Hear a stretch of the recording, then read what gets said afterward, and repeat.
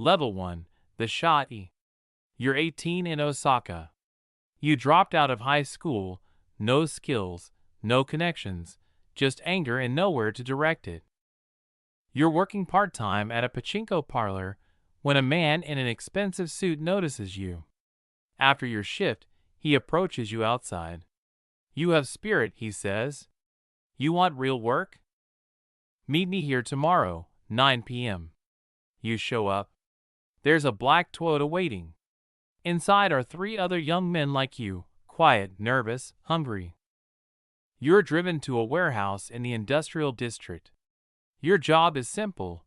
Move packages from trucks into storage. The packages are heavy, unmarked. You don't ask questions. At dawn, an older man hands you an envelope. Inside is 50,000 yen, cash. More than you'd make in 2 weeks at the pachinko parlor.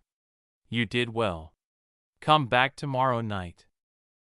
You're a Shatei now, a younger brother, the lowest rank. For 6 months, you work these night shifts. Sometimes it's moving cargo.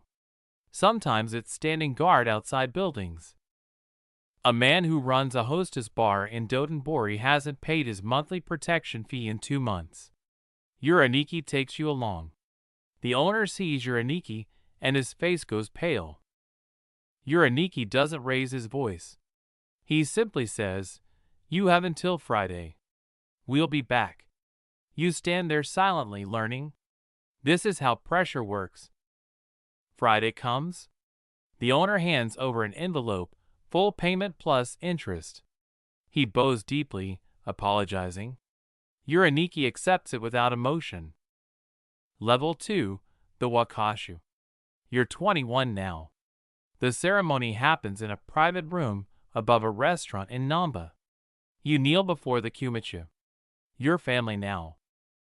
You cut your fingertip, press your bloody fingerprint onto a document. Your loyalty is literally written in blood. You're assigned to work collections in Shinsekai District. Small businesses, restaurants, bars, massage parlors, they all pay monthly fees for protection. An izakaya owner is 3 months behind. You sit at his counter, order food, eat slowly. You don't threaten. You just talk. Casually. About how dangerous the neighborhood is. A Korean gang is trying to move into your territory. You and 5 other Wakashu are sent to shut down one of their gambling dens. You walk in, no masks, faces visible. Their leader steps forward. He's angry, defiant. "This is our place," he says. Your senior Wakashu steps forward calmly and explains the situation. You're assigned to work at one of the family's construction companies as a site supervisor. On paper, it's a legitimate job. In reality, you're there to ensure contracts go to the right companies. You're assigned to work at one of the family's construction companies as a site supervisor. On paper, it's a legitimate job. In reality, you're there to ensure contracts go to the right companies. Level 3, the Wakagashira. You're 28. You've served 3 months in jail for assault and never gave up a single name. The Kumichou promotes you to Wakagashira. You manage a team of 15 Wakashu now. Your territory is Tennoji Ward. Your responsibilities are vast, managing protection rackets, overseeing the family's pachinko parlors, coordinating with construction companies, settling disputes. You pay 3 police officers monthly stipends. Not bribes exactly, more like insurance. They tip you off about raids. They look the other way on minor violations. One of your Wakashu, a 23-year-old named Kinji, is using methamphetamine. You call him in for a private meeting. You're using, you say? Don't deny it. I can see it. I'm sending you to a facility in Wakayama. You'll spend 30 days there. When you come back, you're clean or you're out.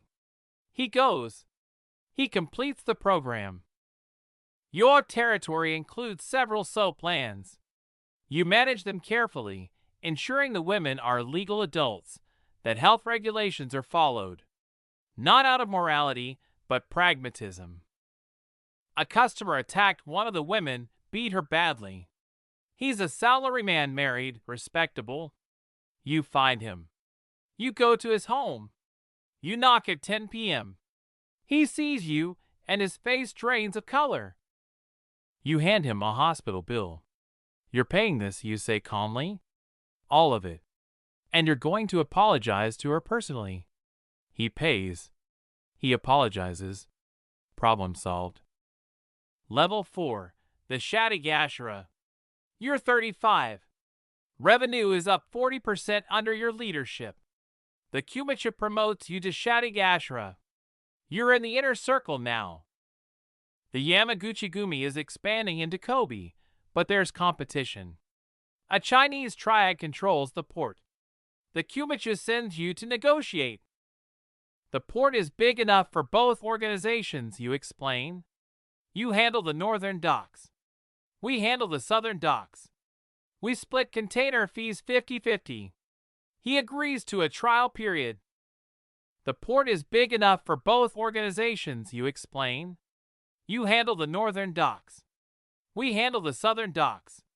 We split container fees 50-50. He agrees to a trial period. Level 5, the common. You're 42. You've served a total of 3 years in prison. Never cooperated. Never broke. The Kumichou makes you common, a senior advisor. The family is facing a succession crisis. The Kumichou is dying, liver cancer. There are 3 potential successors, each with their own faction. This could tear the organization apart. You meet with each candidate privately. You listen to their plans, assess their support, evaluate their strengths and weaknesses. You're tasked with managing the transition. You advise him, choose Tanaka. He's the most experienced, the most respected. The Kumichou agrees. Tanaka is named successor. The transition happens smoothly. The family remains united. A Wakagashira in Nagoya is suspected of working with police. If true, it's a death sentence. But you need proof. You investigate quietly. The evidence is circumstantial but compelling. The Kumichou makes the decision. He's guilty. He's given a choice: commit yubitsume as atonement and resignation, or face execution. He chooses yubitsume. He's expelled from the family. Level 6, the Saiko-komon. You're 50. Tanaka appoints you Saiko-komon, the highest advisor. You're number 2 in the entire organization now. You oversee all operations worldwide. Your wealth is substantial. Properties in Tokyo, Osaka, Hawaii. Offshore accounts in Panama and Cayman Islands. You're worth over 2 billion yen, but you can't enjoy it openly. You adapt.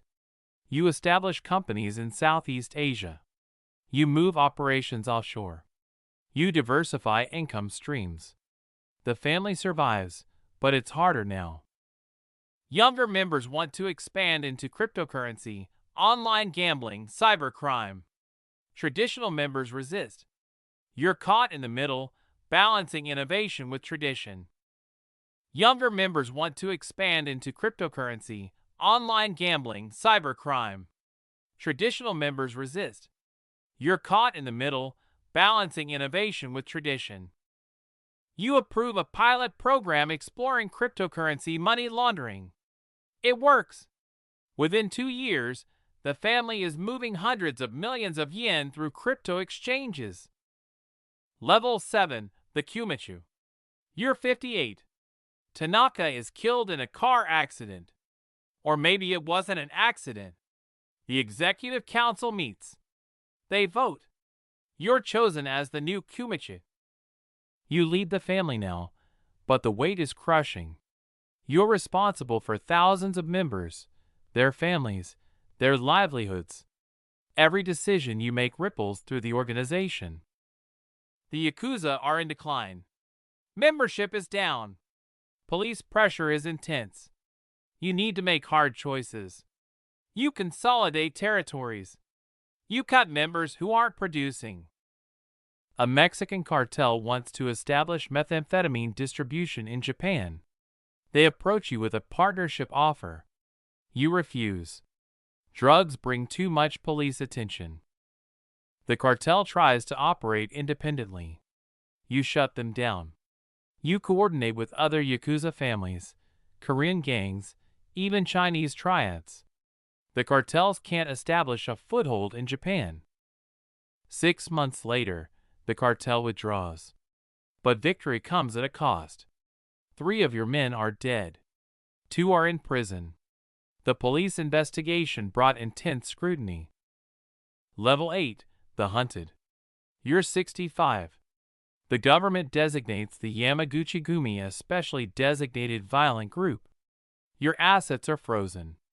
You're a legal pariah. You move between safe houses, never staying in one place long. Rival families see weakness. You can't trust anyone completely. There's an assassination attempt, a car bomb outside a restaurant. Your bodyguard sees the device, pushes you away. The bomb detonates. Your bodyguard dies. You survive with minor injuries. You know it's only a matter of time. The police want you in prison. Rivals want you dead. Younger members in your own family want your position.